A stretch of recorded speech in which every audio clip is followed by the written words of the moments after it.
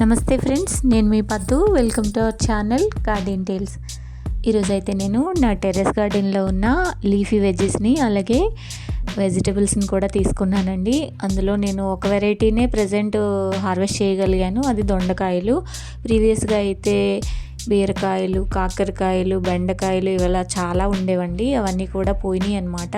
మళ్ళీ నెక్స్ట్ సీజన్కి వాటన్నింటినీ కూడా ప్రిపేర్ చేసి పెట్టుకోవాలి.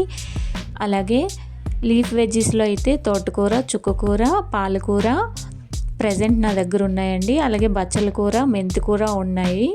ఈరోజు అయితే నేను 3 రకాల ఆకుకూరలని హార్వెస్ట్ చేసుకున్నాను. అలాగే దొండకాయలను కూడా హార్వెస్ట్ చేసుకున్నాను అనమాట. వీటన్నింటినీ కూడా నేను జీరో ఇన్వెస్ట్మెంట్తో తీసుకోగలిగానండి. అలాగే ఎలాంటి పెస్టిసైడ్స్ వాడకుండా నాకు తోచిన పద్ధతిలో నాకు కిచెన్ వేస్ట్ నుంచి ఏమైతే వస్తుందో ఆ వేస్ట్ని పడేయకుండా దాన్ని రీయూజ్ చేసి ఈ విధంగా అయితే నేను నా ఫ్యామిలీకి కావాల్సిన లీఫ్ వెజ్జెస్ని ఇంట్లోనే ప్రిపేర్ చేసుకుంటున్నాను అనమాట. ముందుగా నేను ఈ దొండపాదు గురించి చెప్పాలండి. ఈ దొండపాదును అయితే నేను స్టెమ్ కటింగ్ ద్వారా పెట్టుకున్నాను. మా రిలేటివ్స్ ఒకరింట్లో దొండపాదును చూసి చిన్న మొక్క కావాలని అడిగాను అనమాట. వాళ్ళు వెంటనే తీసివ్వడం జరిగింది. ఈ మొక్కని మా వారు ప్లాంటేషన్ చేశారండి. ఇది ఆల్రెడీ మొత్తం అంతా చాలా పెద్దదిగా పెరిగిన తర్వాత ఒకేసారి చీమలు పట్టేసింది అనమాట. ఎన్ని రకాల టిప్స్ యూజ్ చేసినా సరే పాదైతే మాత్రం చాలా డల్గా అయిపోయి కాయలు అస్సలు వచ్చేవి కాదు. నాకు బాగా చిరాకు అనిపించి మళ్ళీ పెట్టుకుందాం అన్న ఉద్దేశంతో మొత్తం స్టెమ్స్ అన్ని కట్ చేసి చిన్న మొదలను మాత్రం అలా వదిలేశాను. అది మళ్ళీ నేను వాడే ఫెర్టిలైజర్స్ వల్ల చాలా బలంగా తయారయ్యి చాలా వేగంగా గ్రోత్ వచ్చిందండి. అలాగే ఆకులు కూడా చాలా వేగంగా వచ్చాయి. అలాగే ఆకుకు ఒక కాయ చొప్పున ఈ విధంగా అయితే కాయలు వచ్చినాయి అనమాట. చూసారు కదా, దొండకాయలు కేజీ కాయలు పైనే నాకు ఈరోజు హార్వెస్ట్ అయినాయండి. చాలా హ్యాపీగా అనిపించింది. ఈ విధంగా ఈ దొండకాయల్ని హార్వెస్ట్ చేస్తూ ఉంటే మనసుకు చాలా ప్రశాంతంగా ఉంటుందన్నమాట. దీంతో కర్రీ చేసుకొని తింటే భలే రుచిగా ఉంటుంది. మార్కెట్లో కూడా ఇంత ఫ్రెష్గా దొరకవచ్చు, కానీ వాళ్ళు పెస్టిసైడ్స్ వాడతారు ఖచ్చితంగా. ఈ రోజుల్లో అయితే పెస్టిసైడ్స్ వాడకుండా ఎవరు కూరగాయలను పండించట్లేదండి. ఎందుకంటే రైతులందరూ కూడా నిజంగా ఆర్గానిక్ ఫుడ్ అందించినా సరే వాళ్ళు కంప్లీట్గా లాసే చూస్తారనమాట.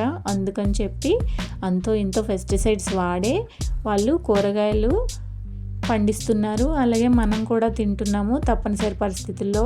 నా ఉద్దేశం ప్రకారం ఏంటంటే అంతో ఇంతో మనం కూడా మన ఇంట్లో కూరగాయలు ప్రిపేర్ చేసుకోవాలన్న ఆలోచన అనమాట. ఇదైతే చుక్కకూర అండి. ఈ చుక్కకూరని నేను ప్రీవియస్గా 2-3 టైమ్స్ పెట్టి ఫెయిల్ అయ్యాను. అయితే నాకు తెలిసిన విషయం ఏంటంటే ఇది వింటర్లోనే బాగా పెరుగుతుందట.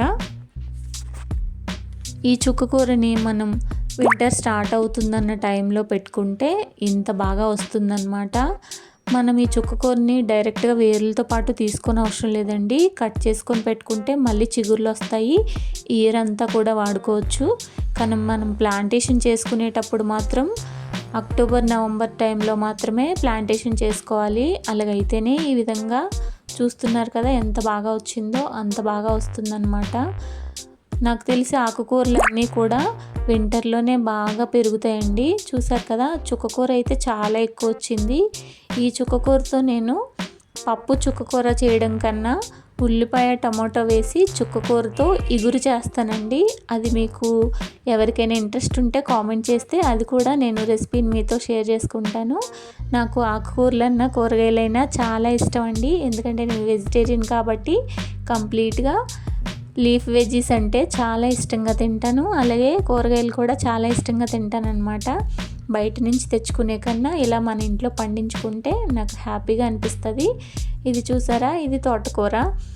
నేను టెర్రస్ గార్డెన్లో పెట్టిన మొక్కలన్నింటి మొదట్లో కూడా తోటకూర విత్తనాలు చల్లానండి. ఎందుకంటే గడ్డి చాలా విపరీతంగా పెరుగుతుంది. ఆ గడ్డి పెరిగే బదులు ఈ తోటకూర కొమ్మలు పెరిగితే మనకి వంటకి ఉపయోగపడతాయన్న ఉద్దేశంతో ప్రతి కుండీకి కూడా మొదట్లో ఈ విధంగా దాని మొదలుకి తోటకూర విత్తనాలని చల్లి పెడితే ఈ విధంగా మొక్కలు అయితే వచ్చినాయండి. ఇప్పుడు నేను తోటకూర కూడా తీస్తున్నాను కదా, తోటకూర అయితే చాలా హెల్తీగా ఉందండి. చుక్కకూర కూడా చాలా బాగా వచ్చింది. ఈ తోటకూర విత్తనాలు నేను ఊరి నుంచి మామయ్య గారితో తెప్పించుకున్నానండి. ఆయన తెచ్చిచ్చారు. కొన్ని విత్తనాలు చల్లుకుంటే చాలా కూర వస్తుంది. అలాగే ఈ మొక్కలు 1, 2 బాగా ముదిరినంత వరకు ఉంచుకున్నామంటే వాటికే సీడ్స్ తయారవుతాయి అన్నమాట. ఆ సీడ్స్ని మనం మళ్ళీ రీపాట్ చేసుకోవచ్చు. ఆ సీడ్స్ కనుక మట్టిలో వేస్తే మళ్ళీ మొక్కలు తయారవుతాయి అన్నమాట. చూసారు కదా, మందారం మొక్కలన్నీ కూడా పెద్ద పెద్ద కుండీల్లో వేశాను. ఆ పెద్ద కుండీల్లో ప్రతి మొదలకి కూడా ఈ తోటకూర విత్తనాలను చల్లుకున్నానండి. ఫైనల్గా తోటకూర హార్వెస్ట్ అయితే అయిపోయింది. చూసారు కదా, ఇంత తోటకూర వచ్చింది ఈరోజు. నెక్స్ట్ వచ్చేసి పాలకూర అండి. పాలకూర నేను 2 టబ్బుల్లో వేసుకున్నాను. కానీ ఒక టబ్లో చాలా బాగాలేదు, పురుగులు పట్టేసిందనమాట, ఇరుకుగా అయిపోయింది. విత్తనాలు చల్లినప్పుడు పలచగానే వేసానండి, కానీ వాటరింగ్ చేసేటప్పుడు తేడా వచ్చి విత్తనాలన్నీ ఒక పక్కకి ఒరిగిపోయి బాగా చిక్కగా అయిపోయిందనమాట. ఆకులు దగ్గరగా ఉండటం వల్ల తెగుల్లాగా వచ్చేసింది. అందుకని చెప్పి ఆ టబ్లోని పాలకూర తీసి పడేశాను. ఇది వేరే టబ్లో పాలకూర అనమాట. చూసారు కదా, ఇదైతే చాలా బాగా వచ్చింది. ఈ పాలకూర కూడా మనం వేర్లతో సహా తీయనవసరం లేదండి. ఒకసారి ఆకులు తీసుకుంటే మళ్ళీ మళ్ళీ చిగుర్లు వస్తూనే ఉంటాయి. ఈ విధంగా అయితే నేను పాలకూరని కూడా హార్వెస్ట్ చేసుకున్నాను అనమాట. నా వీడియో చూసాక మీకు ఏమనిపించిందో ఖచ్చితంగా కామెంట్ చేయడం మర్చిపోవద్దండి. నా ఉద్దేశం ప్రకారం ఏంటంటే ప్రతి ఇల్లాలు కూడా వాళ్ళ ఫ్యామిలీకి కావాల్సిన కూరగాయలు అవనివ్వండి, లీఫ్ వెజ్జెస్ అవనివ్వండి, చాలా ఈజీగా పెరుగుతాయి కదండి. అసలు మన అమ్మ వాళ్ళ కాలంలో అయితే మన ఇంట్లోనే కూరగాయలు ఉండేవి. ఎప్పుడో సంతకు వెళ్ళి మనకు దొరకలేనివి మాత్రమే తెచ్చుకునే వాళ్ళం. కానీ ఇప్పుడు అలా కాదు, ప్రతిదీ కరివేపాకుతో సహా అన్నీ మనం మార్కెట్లోనే కొనుక్కోవాల్సి వస్తుంది. నా ఆలోచన ఏంటంటే నా ఫ్యామిలీకి సరిపడినంత ఎంతో కొంత 1, 2 వెరైటీస్ నేను కూడా పండించుకోవాలన్న ఆలోచనతో ఈ గార్డెనింగ్ అనేది స్టార్ట్ చేశానండి. అయితే నేను పాతది ఒక ఛానల్ కూడా ఉండేది, నాకు చాలా బాగా రీచ్ వచ్చింది, అలాగే సబ్స్క్రైబర్స్ కూడా పెరిగారు. కానీ అనుకోకుండా ఆ ఛానల్ అయితే పోయిందనమాట. చాలా బాధ అనిపించింది. అందులో బీరకాయలు హార్వెస్ట్ చేసిన వీడియోస్ అయితే ఎన్ని ఉంటాయో కోకొల్లలుగా ఉంటాయన్నమాట. ఆ బీరకాయలు అయితే ఈ ఏడాది నేను ఒక 80 కేజీలు పైనే పండించానండి. టెర్రస్ గార్డెన్లో బీరకాయలు ఎంత బాగా పండించడం అంటే మాటలు కాదని అందరూ చాలా పొగిడారు. చాలా హ్యాపీ అనిపించింది. కానీ ఇప్పుడు ఆ వీడియోస్ ఏమీ లేవు. ఈ కొత్త ఛానల్లో మళ్ళీ నేను నా లీఫ్ వెజ్జెస్ని పోస్ట్ చేస్తుంటే మళ్ళీ ఈరోజు సంతోషంగా అనిపించింది అనమాట. ఫైనల్గా ఈరోజు నా హార్వెస్ట్ అయితే ఇదనమాట. పాలకూర, చుక్కకూర, తోటకూర, దొండకాయలు.